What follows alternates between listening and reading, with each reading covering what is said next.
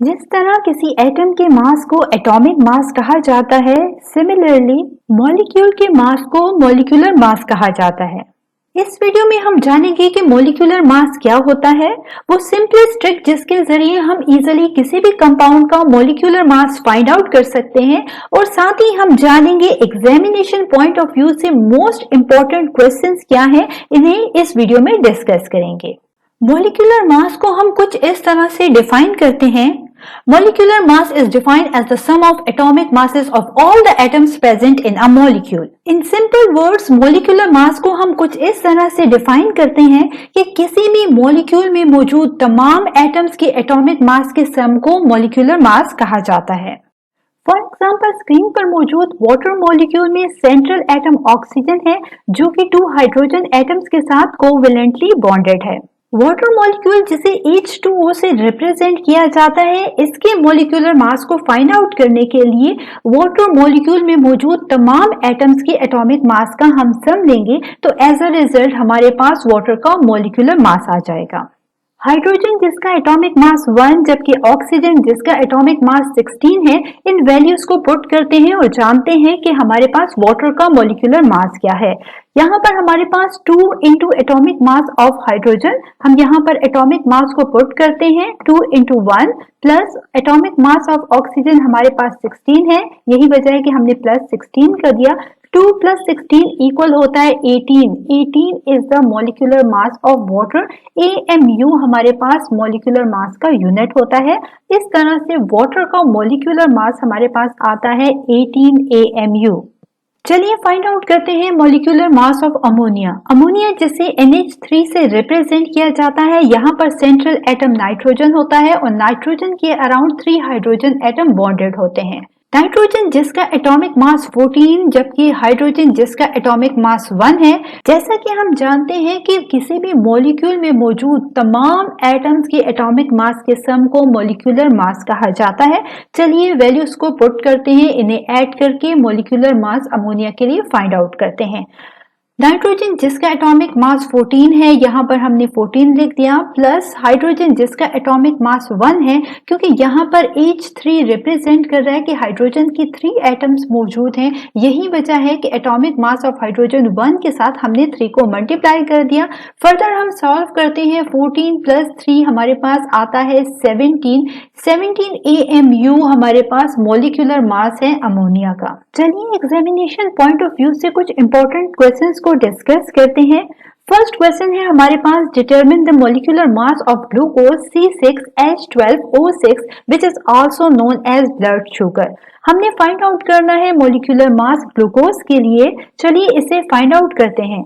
जैसा कि हम जानते हैं कि तमाम एटम्स जो किसी मॉलिक्यूल में मौजूद होते हैं, इनके एटॉमिक मास की सम को मॉलिक्यूलर मास कहा जाता है।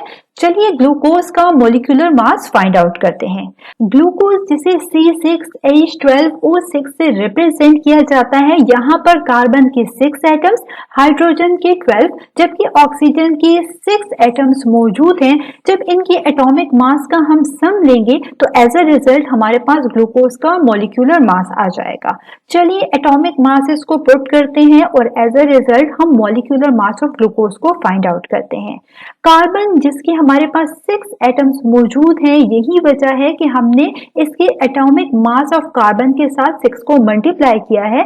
जैसे कि हम जानते हैं कि कार्बन का एटॉमिक मास 12 होता है, यही वजह है कि 6 इंटू 12 हमने लिखा, प्लस हमारे पास हाइड्रोजन जिसके हमारे पास 12 एटम्स मौजूद हैं और हमारे पास हाइड्रोजन का एटॉमिक मास आता है 1.008, या सिंपली हम इसे 1 से भी रिप्रेजेंट करते हैं। तो 12 इंटू 1 रिप्रेजेंट कर रहा है कि हमारे पास हाइड्रोजन के 12 एटम्स मौजूद हैं, प्लस ऑक्सीजन O6 रिप्रेजेंट करता है कि ऑक्सीजन के हमारे पास 6 एटम्स मौजूद हैं। सो हम 6 को मल्टीप्लाई करेंगे एटॉमिक मास ऑफ ऑक्सीजन के साथ जो कि 16 है।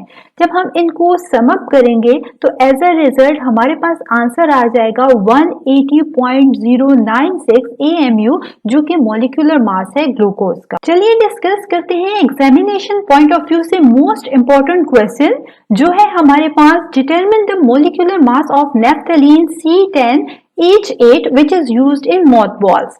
फाइंड आउट करना है हमने मोलिकुलर मास नेफ्थलीन का जिसे C10H8 से रिप्रेजेंट किया जाता है। जैसे कि हम जानते हैं कि किसी भी कंपाउंड के मोलिकुलर मास को फाइंड आउट करने के लिए उस मॉलिक्यूल में मौजूद तमाम एटम्स की एटॉमिक मास का हम सम लेते हैं। यहाँ पर भी नेफ्थलीन जिसे C10H8 से रिप्रेजेंट किया गया है, तो हमारे पास इस फॉर्मूला के मुताबिक कार्बन के 10 एटम्स जबकि हाइड्रोजन के 8 एटम्स मौजूद हैं। नेफ्थलीन में मौजूद कार्बन के 10 एटम्स को हम कार्बन के एटॉमिक मास के साथ मल्टीप्लाई करेंगे। जैसा कि आप देख सकते हैं कि 10 into atomic mass of carbon जो कि 12 होता है, यही वजह है कि 10 इंटू 12 हमने किया, प्लस हमारे पास आ जाता है हाइड्रोजन जिसके 8 एटम्स मौजूद हैं और हाइड्रोजन का एटॉमिक मास 1 होता है, यही वजह है कि 8 इंटू 1 हमने लिखा, यानी एटॉमिक मास ऑफ हाइड्रोजन के साथ हमने 8 को मल्टीप्लाई किया जो कि रिप्रेजेंट कर रहा है 8 एटम्स ऑफ हाइड्रोजन को। इसके बाद इसको हम फर्दर सॉल्व करते हैं। 10 इंटू 12 आंसर आता है हमारे पास 120 प्लस हमारे पास 8 इंटू 1 इक्वल होता है 8 के। जब इसको ऐड करते हैं तो एज अ रिजल्ट हमारे पास आंसर आता है 128 AMU जो कि मोलिकुलर मास है नेफ्थलीन का।